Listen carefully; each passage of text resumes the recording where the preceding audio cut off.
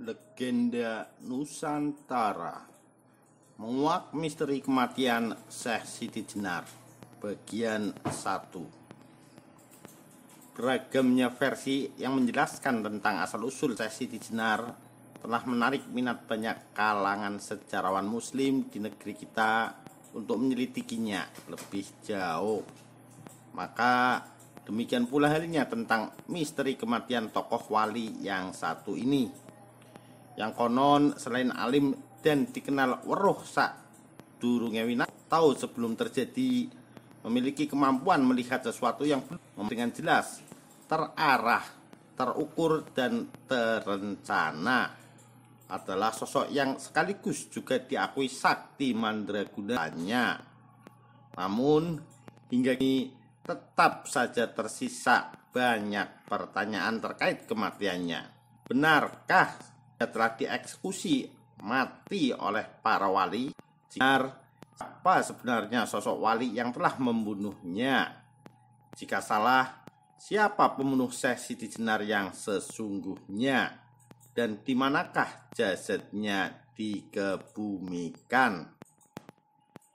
Tak dapat disangkal bahwa terhadap kematian Syekh Siti Jenar, secara umum kesamaan yang diperlihatkan hanya sebatas yang berkaitan dengan masanya saja, yaitu yang menyebutkan bahwa sang Syekh wafat pada masa kerajaan Islam Demak di bawah pemerintahan Raden Fatto sekitar abad 15 dan awal abad 16. Itu pun masih mengecualikan sebagian versi Cirebon yang menyebutkan bahwa wafatnya Syekh Siti Jenar justru terjadi pada masa Senggono.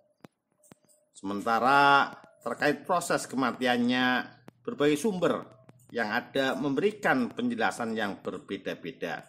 Tak heran bila sampai saat ini terdapat beberapa asumsi tentang misteri kematian Syekh Siti Jenar tersebut. Versi pertama mengacu pada serat Syekh Siti Jenar. Ki Sosrowijoyo disebutkan bahwa Syekh Siti Jenar mangkat akibat dihukum mati oleh Sultan Demak Raden Fatah atas persetujuan Dewan Wali Songo yang dipimpin oleh Sunan Bonang. Bertindak sebagai algojo atau pelaksana hukuman pancung itu adalah Sunan Kalijogo. Eksekusi berlangsung di alun-alun Kesultanan Demak. Menurut versi kedua, sebagaimana tercantum dalam Wawacan Sunan Gunung Jati pupuh ke-39 terbitan Emon Suryatama dan T.J. Sujana alih bahasa pada tahun 1994, Syekh Siti Jenar dijatuhi hukuman mati oleh Sunan Gunung Jati. Pelaksanaan hukuman atau algojonya tak lain adalah Sunan Gunung Jati sendiri, dengan tempat eksekusi di Masjid Cipta Rasa Cirebon. Mayat Syekh Siti Jenar dimakamkan oleh Sunan Kalijogo, Sunan Bonang, Sunan Kudus, dan Sunan Giri. Kemudian dimakamkan di Graksan, yang kemudian disebut sebagai Pesarean Kemlaten. Merujuk pada versi pertama, Sudirman Teba menyebutkan secara lebih detail proses eksekusi Syekh Siti Jenar saat dipenggal lehernya oleh Sunan Kalijogo. Pada awalnya mengucur darah berwarna merah, kemudian berubah menjadi putih. Saat itulah Syekh Siti Jenar berkata, "Tidak ada Tuhan selain Allah dan Muhammad adalah utusannya." Kemudian tubuh Syekh Siti Jenar naik ke surga seiring dengan kata-kata, "Jika ada seseorang manusia yang percaya kepada kesatuan selain Allah yang Maha Kuasa, dia akan kecewa karena dia tidak akan memperoleh apa yang dia inginkan." Untuk kisah yang terdapat dalam versi pertama dan kedua masih memiliki kelanjutan yang hampir sama.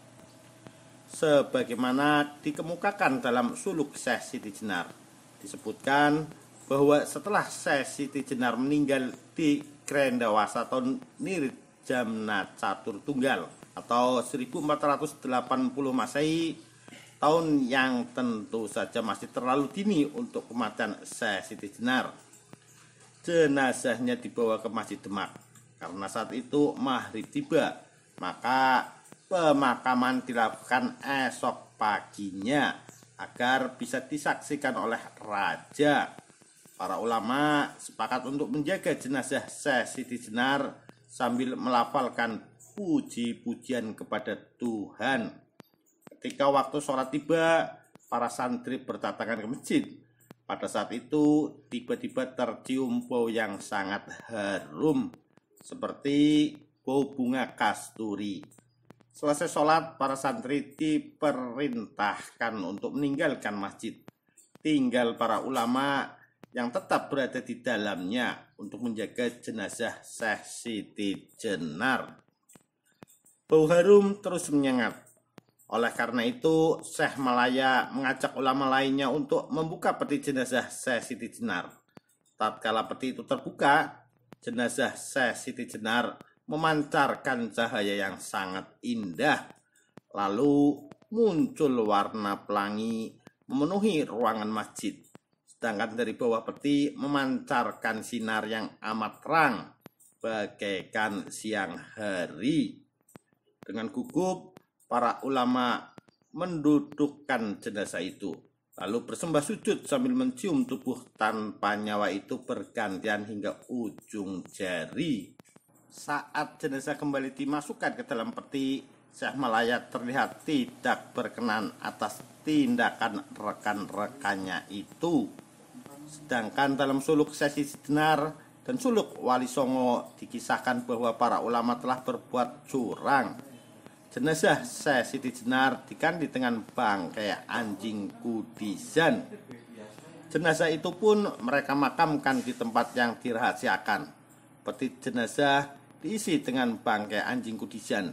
Bangkai itu dipertontonkan keesokan harinya kepada masyarakat untuk mengisyaratkan bahwa ajaran Syekh Siti Jenar adalah sesat.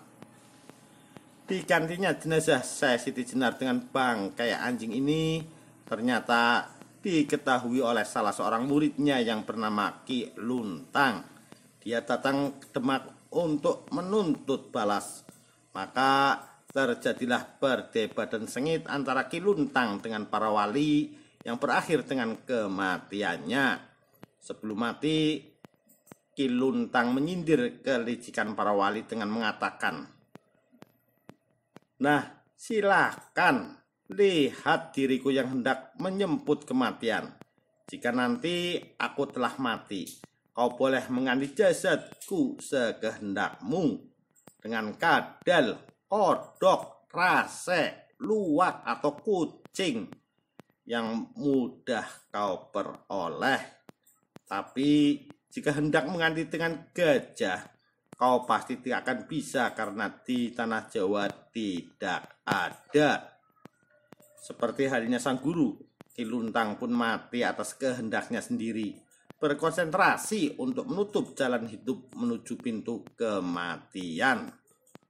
Versi ketiga seperti disebutkan bahwa Syekh Siti Jenar meninggal karena dijatuhi hukuman mati oleh Sunan Giri, dan Al-Qojo pelaksana hukuman mati tersebut adalah Sunan Gunung Jati.